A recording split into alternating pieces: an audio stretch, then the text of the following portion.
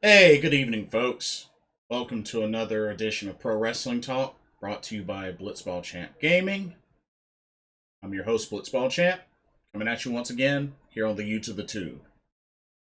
So, this video, going to be talking about WWE Survivor Series that just finished, and I just wanted to go back through it, give my thoughts on it, and just share with each of you.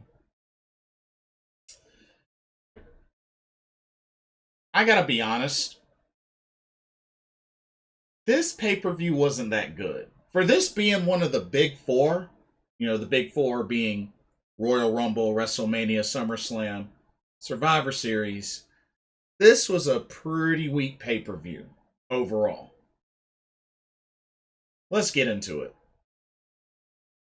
So, the pre-show match was pretty much the mid-card face-off.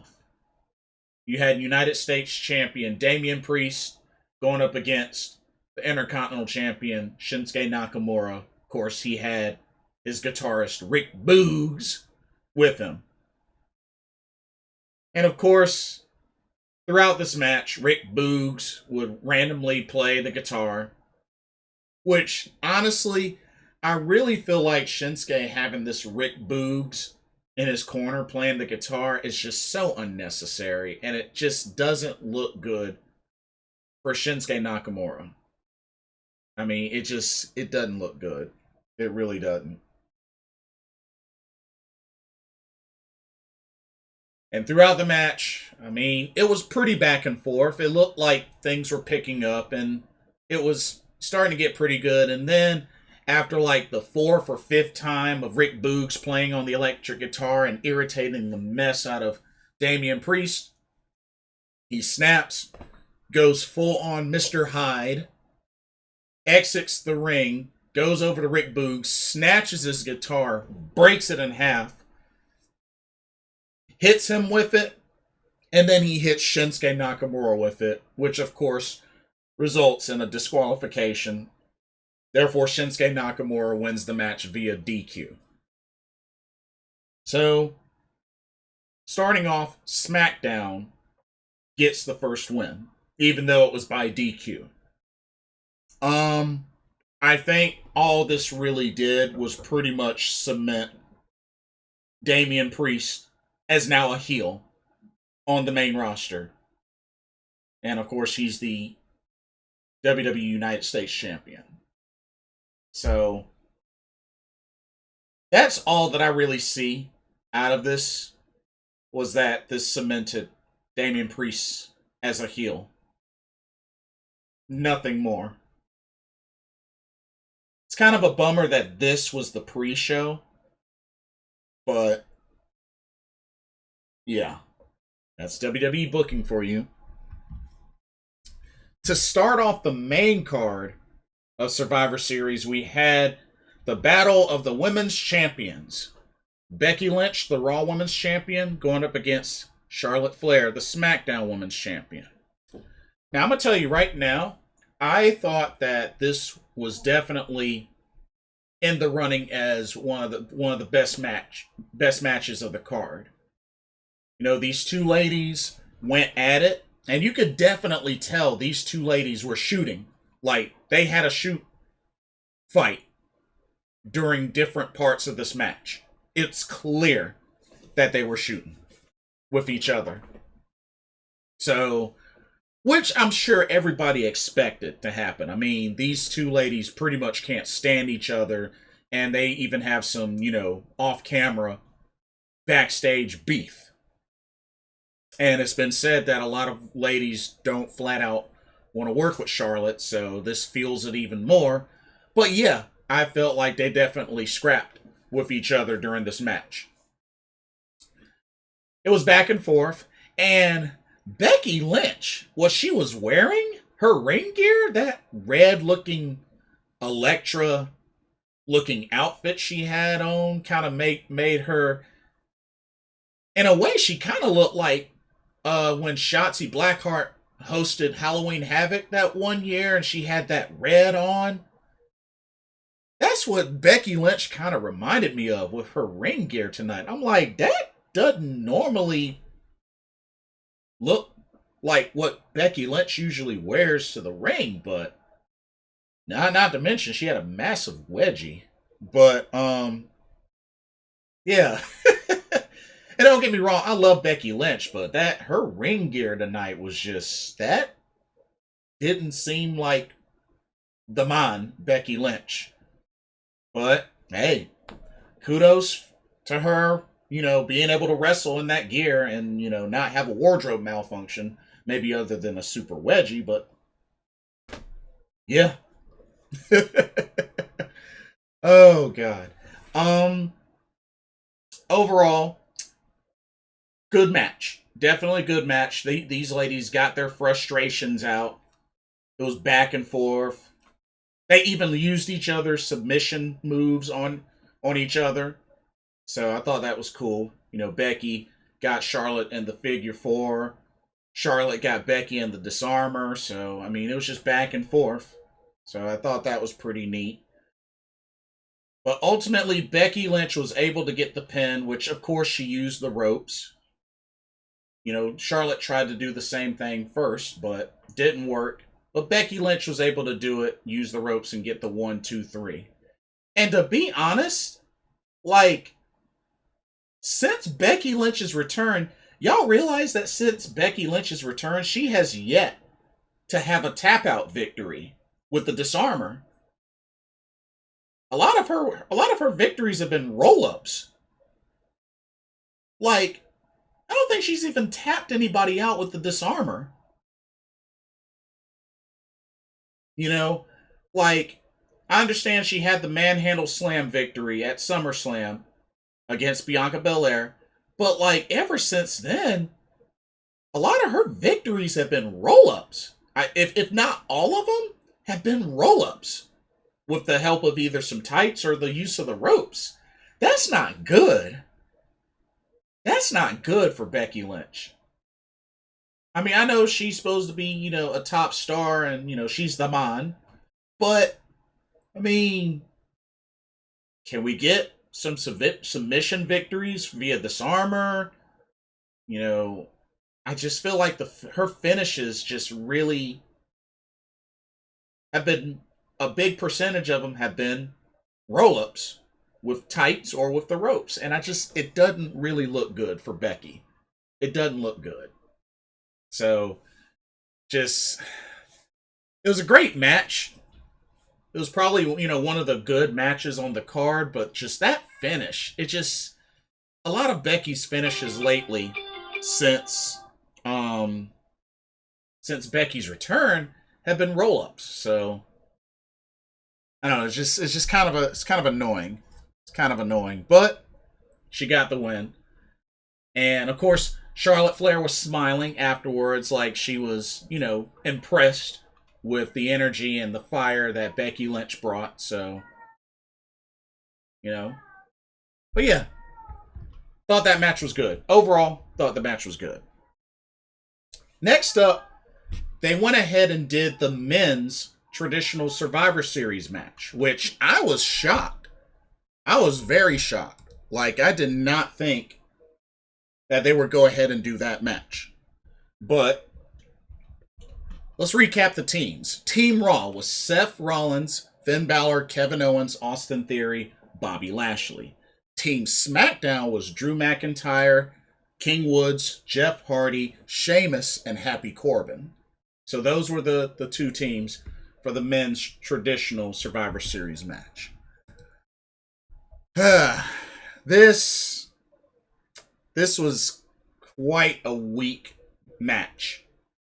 For the most part, it was a pretty weak match that I would have thought, honestly, I would have felt like Team Raw would have easily had this, but, they had to make it weird and interesting. So, this was how things went. So, the match started, and Kevin Owens eliminated himself. Just exited the ring and just went to the back. Got himself counted out. And bam. First elimination, Kevin Owens of Team Raw eliminates himself. So, honestly, part of me feels like with him doing that could potentially be a signal of him probably not returning to WWE once his contract is up, which I believe is in January. But we'll see. We'll see. But he just up and just walked out of the ring and got himself counted out, which already off to a bad start. And then you had Finn Balor. He eliminated Happy Corbin, which I was so happy when that happened because I can't stand Happy Corbin. Bobby Lashley eliminated King Woods.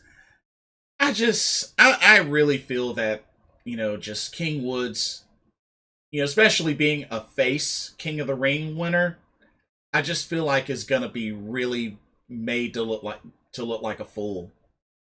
Because I mean, typically King of the Ring winners, a big percentage of the time are heels, and they end up becoming strong heels since winning King of the Ring. But just, with Xavier Woods being a face, it just really hasn't worked out for him quite yet. But that could change. That could change. But anyway, Bobby Lashley eliminated King Woods, and then we had a double countout elimination from Bobby Lashley and Drew McIntyre. So already you have 3 eliminations in this one match via a countout. 3. And it just makes this match look so bad. And then Sheamus eliminated Finn Balor. Then Austin Theory eliminated Sheamus. And then, of course, afterwards, Sheamus ended up laying out Jeff Hardy. But Jeff Hardy hung in there. And Jeff Hardy was actually able to eliminate Austin Theory. But when it came down to the final 2, were Seth Rollins of Team Raw, Jeff Hardy of Team SmackDown. Jeff Hardy hung in there. He brought the fight. Hit a twist of fate on Seth Rollins, but went for the Swanton Bomb. He got the knees up. Seth Rollins was able to finish him with a curb stomp and gets the 1, 2, 3. And Seth Rollins is the sole survivor for Team Raw for the men. So at this point, it's 1-1. Or excuse me, no, it's 2-1. 2-1 Raw. Because remember, Shinsuke won, so that's a point for SmackDown. Becky Lynch won, that's a point for Raw. And then the men's Team Raw Survivor Series won. So 2-1 Raw. Next up, you had the 25-man dual brand battle royal. Now, the reason why this is 25 specifically. So one of the things that was honored for this Survivor Series is this is the 25th anniversary of Survivor Series where The Rock debuted at Survivor Series. So they took a lot of time throughout the show to show clips, honoring The Rock, just of past matches, past events in his WWE career. So they really tried to showcase that, even though we didn't even get an appearance from The Rock. I would have loved to have seen that happen, but that didn't happen. Anyway, 25-man dual brand battle royal. And I mean, it was pretty much a lot of folks from both SmackDown and Raw. I mean, tag teams, singles wrestlers, like a whole bunch. And Omos ended up winning the 25-man battle royal. The last 2 remaining were Omos and Ricochet. Ricochet of Team SmackDown. But Omos in this match got a total of 12 eliminations. 12 eliminations. What I was really disappointed with, so the other 2 big men in this match, and when I say big, I mean as big as Omos, if not right at his size, were Shanky and Commander Aziz. And Omos eliminated Shanky like it was nothing. Like it was nothing. And then Commander Aziz got eliminated like it was nothing. And it didn't look too good. It didn't look too good, especially with them being the only other two giants in the ring, and just got dominated. Just got thrown out like that. Yeah. But yeah, Omos wins this battle royal.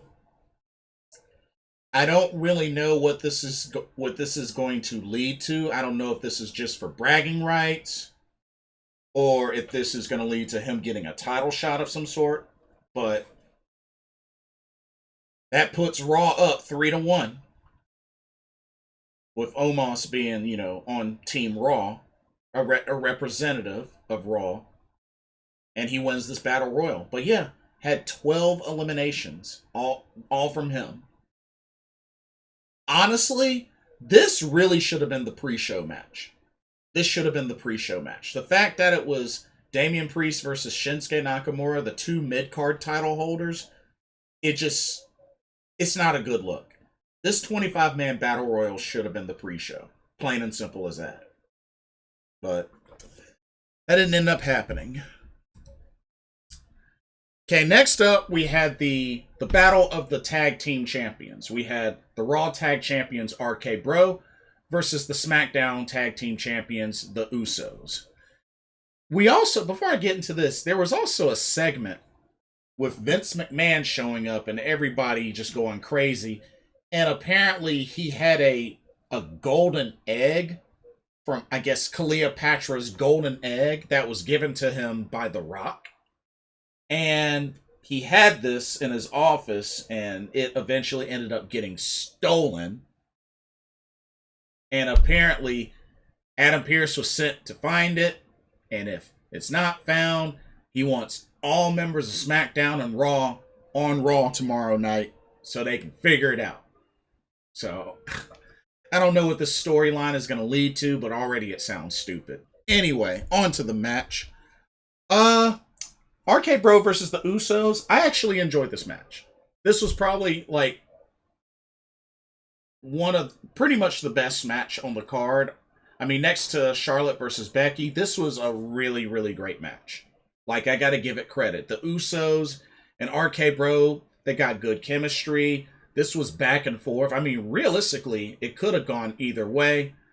But Randy Orton was able to catch one of the Usos during the Uso splash and counter into an RKO, and was enough to get the victory. 1, 2, 3, RK Bro is your winning tag team. But this was definitely a back and forth match between the two tag teams, and it was good. It was definitely really good. So, at least we got ourselves a really good tag team match on this card that worked out. And of course, with RK Bro being a representative of Team Raw, it's now 4-1 Team Raw. And then next up, we had the women's traditional Survivor Series elimination match. Alrighty. And this was pretty much the co-main event, because this took place before the main event. Alright, looking at the teams for the women. Team Raw for the women was Bianca Belair, Rhea Ripley, Liv Morgan, Queen Zelina, and Carmella. For Team SmackDown, we had Sasha Banks, we had Shayna Baszler, we had Natalya, we had Toni Storm, and we had Shotzi Blackheart. This was another... The way this was booked was just really weird. Was really, really weird. So check this out. So first up, Toni Storm eliminated... Actually, Toni Storm got the first 2 eliminations for Team SmackDown, which I did not think was going to happen. I was really shocked. Now, of course, before this match, everybody on Team SmackDown was on the same page except for Shotzi and Sasha, which they have a storyline going. But I figured eventually things were going to break down. And sure enough, they did. But They were off to a great start because Toni Storm got the first two eliminations. She eliminated Carmella, and she eliminated Queen Zelina. So, I mean, that was a big deal starting off for Team SmackDown. And, you know, it kind of hurt well, it doesn't really hurt Queen Zelina, being that, you know, her other previous matches, she's, you know, been kind of on a winning streak. And with this Survivor Series match not really having any sort of like future future rewards, it didn't really hurt her getting eliminated, the second person being eliminated. But Toni Storm started off on fire. Then Liv Morgan ended up eliminating Toni Storm. So Liv Morgan got her spotlight, got her time. But then Sasha Banks eliminated Liv Morgan. And then we had Shayna Baszler. She eliminated Rhea Ripley. That I did not see coming. Which I know she had some help. You know, Shotzi, Shayna, and Natalya were working pretty well together. But I did not think Shayna was going to eliminate Rhea. That kind of shocked me. But Shayna Baszler eliminated Rhea. And then the dumbest thing happened. So it was at the point where now the rest of Team SmackDown was pretty much against Sasha Banks. They wouldn't tag in. I mean, with the exception of Toni Storm, but by that time she was eliminated. But others would not tag in when she needed a tag. And not only that, you know, she was pushing around some of the others. You know, start with Shotzi Blackheart. They kept getting each other in each other's faces and kept stealing tags. But on the outside, you know, Sasha shoved Shotzi into Shayna, and then there was some shoving of Shayna. And then it just got to the point where the count was going and Sasha was trying to get back into the ring, but her teammates kept pulling her out, which didn't make sense because I thought she just about got her whole body or enough of her body into the ring to reset the count. You know what I mean? Typically, if somebody wants to reset the count, they just, you know, go slightly halfway into the ring and then come back out. And that typically resets the count. And you could clearly see Sasha Banks, you know, dive into the ring to the point where the only thing she had to do were get her feet from under the ropes. And then she just kept getting pulled out, and the referee kept continuing the count. He didn't reset his count or anything like that, despite Sasha being the legal woman. That sequence made no sense to me. That made no sense. And Sasha ends up getting eliminated via countout. But it's like, if she kept attempting to slide into the ring and just kept getting pulled out, why does that not reset the count? When typically both wrestlers can be out on the apron during a count, one of them goes in and, you know, slides in and then slides back out, resetting the count. Normally you see them go halfway in and then halfway out to reset the count. But the ref never, not one time, reset the count when Sasha kept getting pulled back out after sliding into the ring. That whole sequence made no sense to me. Made no sense. The count was never reset. Made no sense to me. And then, let's see. And it came down to a 3-on-1. Because you have Shayna Baszler, you have Natalya, and you have Shotzi Blackheart remaining on Team SmackDown. And the sole person left on Team Raw was Bianca Belair.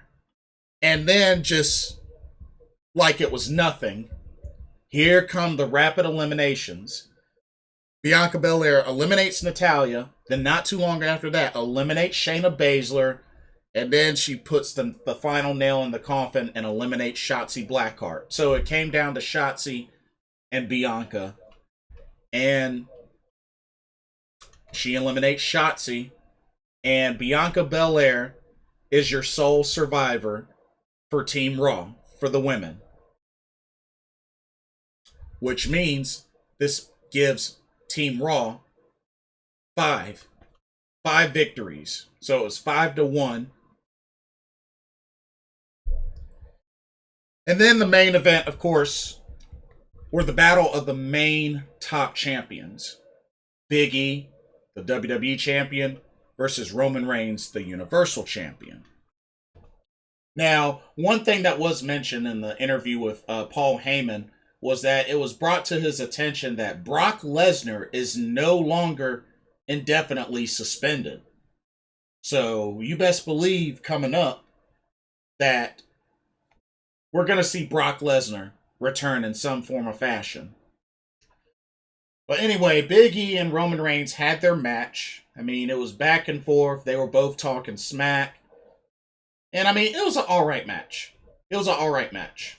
I know that, you know, they traded finishers, traded signatures. Although when Big E did that spear to Roman Reigns that takes him out into the off of the apron, the way Big E landed did not look good. Big E might want to stop using that suicide spear onto the opponent, knocking him off the apron. Big E might want to stop doing that before he seriously hurts himself, because that was a bad landing when he did it to Roman Reigns. He needs to stop that. He needs to stop that, because that looks, I mean, just looking at it, it looks dangerous. It looks dangerous. So, I mean, it's already hard enough doing like a regular suicide dive, but just that suicide spear in between the ropes where you can easily get caught up in it and fall wrong, Big E might want to stop doing that. You know, just for his health and safety, he might want to stop doing that before he seriously gets hurt. But this was back and forth, and you know, the Usos didn't have to interfere or anything like that.